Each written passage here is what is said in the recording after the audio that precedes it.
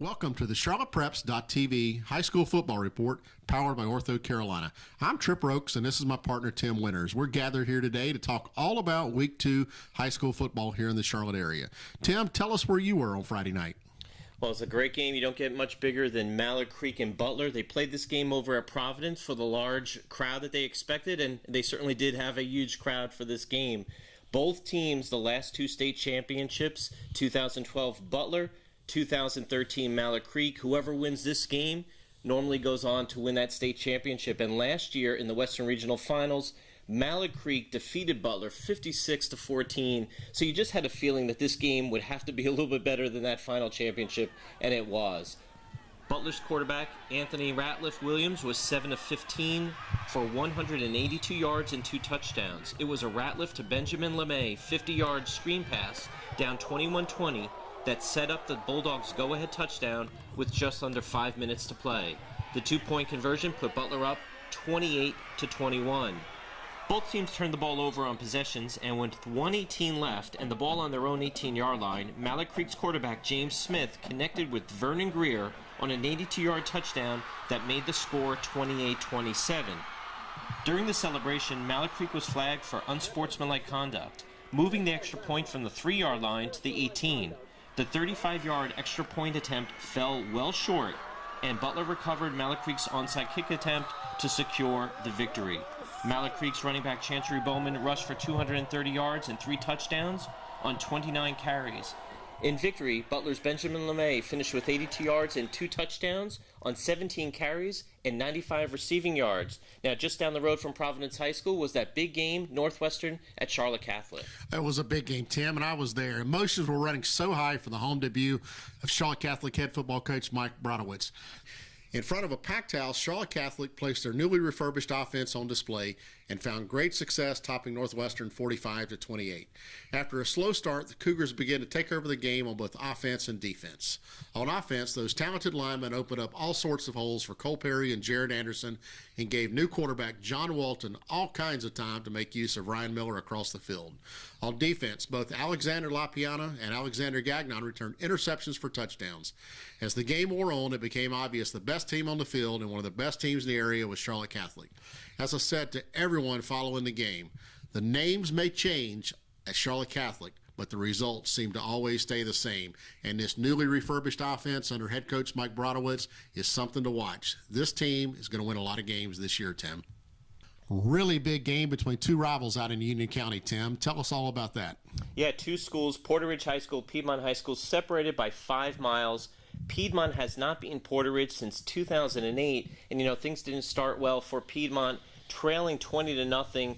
They did score a late first half touchdown to close the gap to 20-7, and then really their young offensive line took over in the second half, really protected senior quarterback Cam Tripp very well and opened up large holes for Aaron Braswell, who essentially gained 115 yards on 13 carries, and his big runs late in the fourth quarter set up the game-winning touchdown run, a 14-yard scramble by Cam Tripp into the end zone to give Piedmont the big victory, 36-33.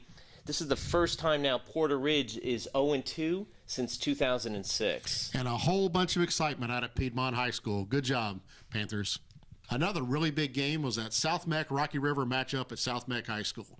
Many expected an easy win for Rocky River, but unfortunately, South Meck head coach Rocky White had his team ready to play, and all their hard work paid off with a huge 29-17 win over the Ravens. Coach White has got to be one of the hardest working coaches in the area, and it was about time that everything paid off for his efforts. Zach Gilbert, the son of NFL player Sean Gilbert, led the way with multiple bruising runs up the middle, including a 61-yard touchdown. Sabres also were benefited by using last year's quarterback Stephen Griffin as a wideout. Griffin made many big plays and was a huge asset for new quarterback Tyshawn Carter. Rocky River was never able to gain any momentum, and South Meck cruised to victory. In my opinion, this is one of the biggest wins in 3 or 4 years for the Sabres and could place them in contention for a playoff visit at the end of the season. Another big game that the CharlottePreps.tv cameras were at was the Ardekell Myers Park matchup. The Knights came away from that one with a 23-17 victory. The game saw both the Knights and the Mustangs grind it out for every first down. The kids were hitting hard and doing all they could to help their teams win. Late in the game, the Knights were able to lay down a drive of the year, 17-play, 70-yard drive that never saw quarterback Bryce McGinley pass the ball. The drive ate away at the clock and ended with a Jonathan McDavid 40-yard field goal with under 2 minutes to play. Myers Park still had one final chance for victory, but a fumble on the kickoff return was recovered by the Knights, who went on to close the game out. Both teams now move to 1-1 on the season. Standouts included Contarius Lawrence Gaddy with a touchdown return on the kickoff for the Mustangs and quarterback Clay Norris. Bryce McGinley of RDK and the entire offensive and defensive line players came through and earned positive recognition on the evening. With Week 2 now in the books, we can move ahead to the Ortho 8, our ranking of the top 8 teams in the CharlottePreps.tv coverage area. Coming in at number 8, Weddington at 2-0.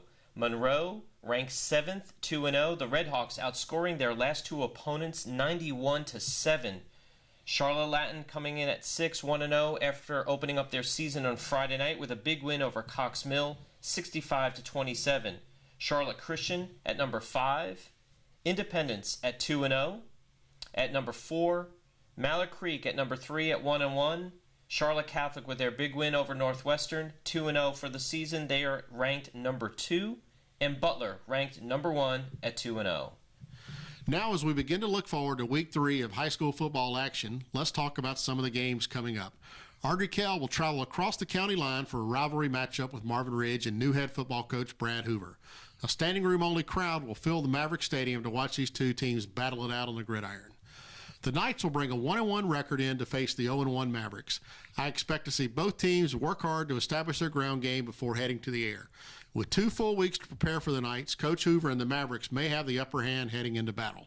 I look for quarterback play and turnovers to be the final deciding factors in this games. Really looking forward to heading out and seeing all my friends at Marvin Ridge, as I'll have the call on the South Charlotte Sports Report radio network on Friday night. Tim, where are you going to be this Friday night? Well, you got some big games in Union County. I think the biggest one will be a Sea of Green at Weddington Stadium. We have Kannapolis coming in to play the Weddington Warriors. Should be a great game at that location on Friday night. Porter Ridge is going to look to get into the winning column against Providence High School. Porter Ridge 0-2, Providence 1-1. Charlotte Catholic and Country Day will match up, and when those two get together, you can normally throw the record book right out the window, as anything can happen.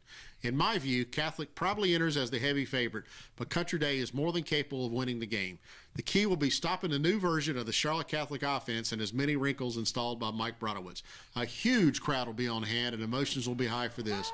Looking for a great high school game filled with good student athletes, this is the game you need to go see on Friday night.